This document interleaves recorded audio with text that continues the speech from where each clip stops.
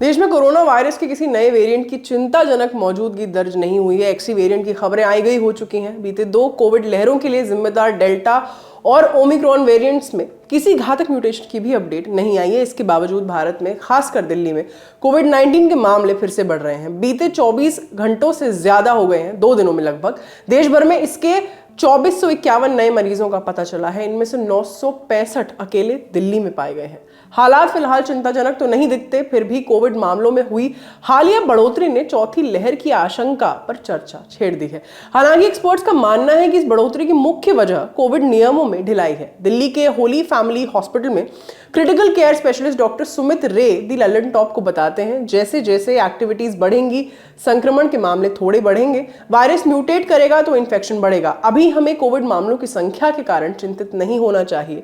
चिंता की बात तब रहेगी जब कोविड के कारण अस्पताल में भर्ती होने वालों की संख्या बढ़े। वहीं आईसीएमआर के पूर्व प्रमुख वैज्ञानिक डॉक्टर रमन गंगाखेड़कर ने भी एक वीडियो इंटरव्यू में जो कहा, आपसे साझा कर देते हैं। वो कहते हैं, अभी जो संख्या थोड़ी बढ़ती हुई नजर आ रही है, उसका मुख्य कारण ये है कि लॉकडाउन के जो प्रतिबंध थे वो पाबंदियां कम हो गई हैं।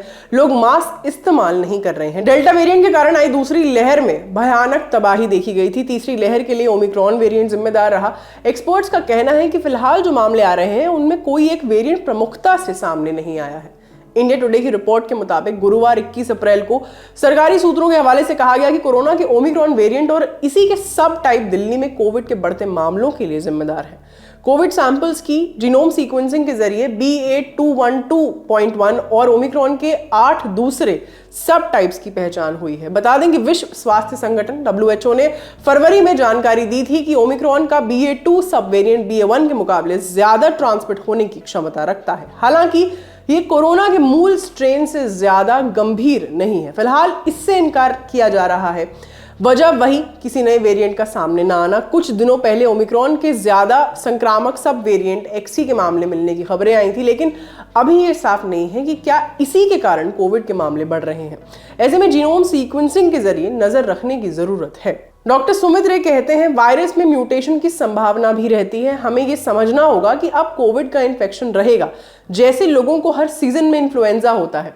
धीरे धीरे कोविड के साथ भी ऐसा होगा, लेकिन जैसा कि हम जानते हैं कि एक छोटे ग्रुप में इन्फ्लुएंजा भी ज्यादा गंभीर हो सकता है। वहीं डॉक्टर गंगाखेड़कर का कहना है कि कोविड के मामले में थोड़ा उछाल आना ही था, एकदम से इसके मामले 0 पर नहीं जाएंगे।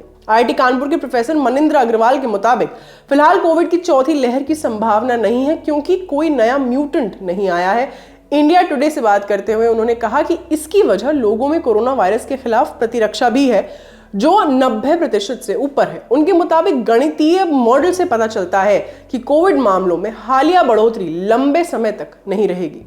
मेडिकल जानकार इससे इनकार नहीं करते कि कोरोना के संक्रमण और वैक्सीनेशन से विकसित हुई इम्यूनिटी के कारण हॉस्पिटल में भर्ती होने वालों की संख्या घटी है। अब बच्चों के कोविड वैक्सीनेशन में तेजी लानी होगी। डॉक्टर सुमित रे आगे कहते हैं, कोविड वैक्सीनेशन को बढ़ावा देने के साथ साथ अस्पतालों में भर्ती होने वाले कोविड मरीजों की संख्या का ध्यान रखना जरूरी है। ये देखना होगा कि जिन्हें कोविड से ज्यादा खतरा है उनके लिए वैक्सीनेशन कैसा रखा जाएगा, वायरस में किस लेवल का म्यूटेशन होता है, इस पर नजर रहे, ताकि अगर कोई ऐसा वेरिएंट उभरे जिसमें वैक्सीन से हासिल हुई इम्यूनिटी से बच निकलने की क्षमता हो, तब हमें वैक्सीन में बदलाव करना पड़ सकता है। कुल जमा बात यह है कि कोरोना के बढ़ते मामलों की मेन वजह लॉकडाउन का पूरी तरह खुल जाना है। लोग पुरानी जिंदगी की तरफ लौटने लगे थे, पहले की तरह दूसरों से मिल रहे थे। चूंकि डेली केसेस बहुत कम होते गए, सो मास्क पहनने की आदत भी छूटती सी दिखी। सरकारों ने भी जुर्माना लगाना बंद कर दिया। इस कारण पहले से मौजूद वेरिएंट में म्यूटेशन हुए और संभवतः उन्हीं के कारण अब फिर से मरीज बढ़ रहे हैं।